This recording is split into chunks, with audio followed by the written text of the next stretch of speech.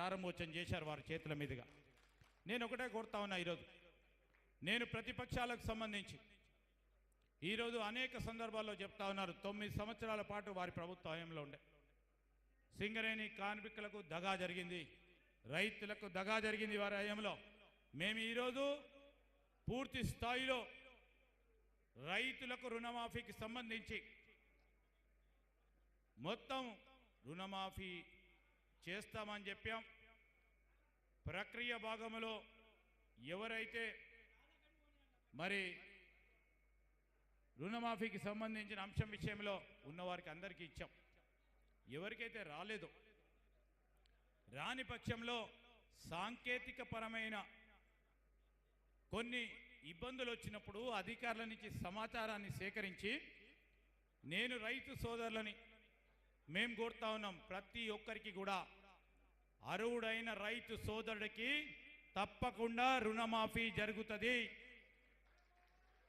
ఎక్కడ కూడా ఎవరికి రుణమాఫీ జరగదని లేదు. ఆ అర్హులైన మా రైతు సోదరుడికి 2 లక్షల రూపాయల రుణమాఫీ చేసే బాధ్యతను కూడా తీసుకోవటం జరిగింది. మేము ఒక పక్కన రుణమాఫీ చేస్తూ ఉంటే ఇక్కడ రుణమాఫీ జరుగుతూనే ఉంది. ఇక రుణమాఫీ జరుగుతలేదని గ్లోబల్స్ ప్రచారం చేస్తూ ఈరోజు ప్రభుత్వం పరంగా బురద జల్లే కార్యక్రమం, ఈరోజు అధికారం పోయిందని బాధపడుతూ చేస్తూ ఉన్న టీఆర్ఎస్కు సంబంధించిన నాయకత్వం ఆ విధంగా చేస్తుందంటే వారికి ఏ విధమైన ప్రేమ ఉందో చూడాలి. ఉద్యోగాలు కల్పించరు, సింగరేణి కార్మికుల సంక్షేమం గురించి ఆలోచన చేయరు, ఈరోజు అభివృద్ధి గురించి ఆలోచన చేయరు.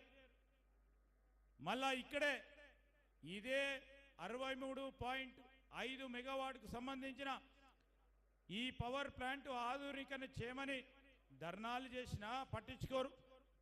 రైతుకు రుణమాఫీ చేస్తే బాధపడి అయ్యో రుణమాఫీ జరుగుతూ ఉంది, ఎవరికో ఒక్కరికో ముగ్గురికో ఆ గ్రామంలో సాంకేతిక పరంగా రుణమాఫీ ఇప్పటి వరకు అందకుంటే ఇంకా కొద్ది రోజుల్లో అందబోతుంది కదా అని ధర్నాలు నిరసనలు చేసే కార్యక్రమంలో ఈరోజు మరి టీఆర్ఎస్ నాయకత్వం విధమైన కార్యక్రమాలు చేస్తూ ఉంటే రైతు సోదరుడు గురించి ఒక్కరోజు కూడా ఆలోచన చేయని టీఆర్ఎస్ నాయకత్వాన్ని ఏమనాలో మనం అందరం కూడా ఒక్కసారి ఆలోచన చేయాలని ఈ సందర్భంగా కోరుతూ, చాలా ఆలస్యమైంది, మాకు ఆకలి అవుతుంది, మీకు ఆకలి అవుతుంది, ఇప్పుడే చెప్తుండు మా ప్రభాకర్. సో ఈ సందర్భంలో